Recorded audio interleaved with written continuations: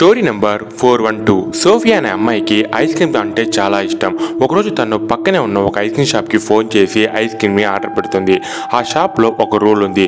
ఒకవేళ ఆ delivery boy లేట్గా ఆర్డర్ని తీసుకుని వస్తే ఆ ఐస్ క్రీమ్ని మీరు ఫ్రీగానే తీసుకోవచ్చని. ఇది అడ్వాంటేజ్గా తీసుకొని సోఫియా ఆ డెలివరీ బాయ్కి కావాలని రాంగ్ అడ్రస్ చెప్తూ వచ్చింది. అలా 30 నిమిషాల తర్వాత ఆ డెలివరీ బాయ్ ఎలాగో సోఫియా ఇంటికి చేరుకుంటాడు. సోఫియా ఆ డెలివరీ బాయ్తో మీరు లేట్గా ఆర్డర్ని తీసుకుని వచ్చారు కాబట్టి ఈ ఐస్ క్రీమ్ నాకు ఫ్రీయే అని చెప్తుంది. కానీ ఆ డెలివరీ బాయ్ లేదు మేడం, మీరే రాంగ్ అడ్రస్ పెట్టారు, అందువల్లే లేట్ అయ్యింది అని చెప్తాడు. కానీ సోఫియా ఆ షాప్ మేనేజర్కి ఫోన్ చేసి ఆ డెలివరీ బాయ్ పైన రాంగ్గా కంప్లైంట్ చేస్తుంది. సోఫియా వెంటనే డోర్ వేసి టీవీ దగ్గరికి వెళ్తుంది. అప్పుడే టీవీలో ఒక బ్రేకింగ్ న్యూస్ వస్తుంది. ఆ న్యూస్ని చూసిన సోఫియాకి పెద్ద షాక్.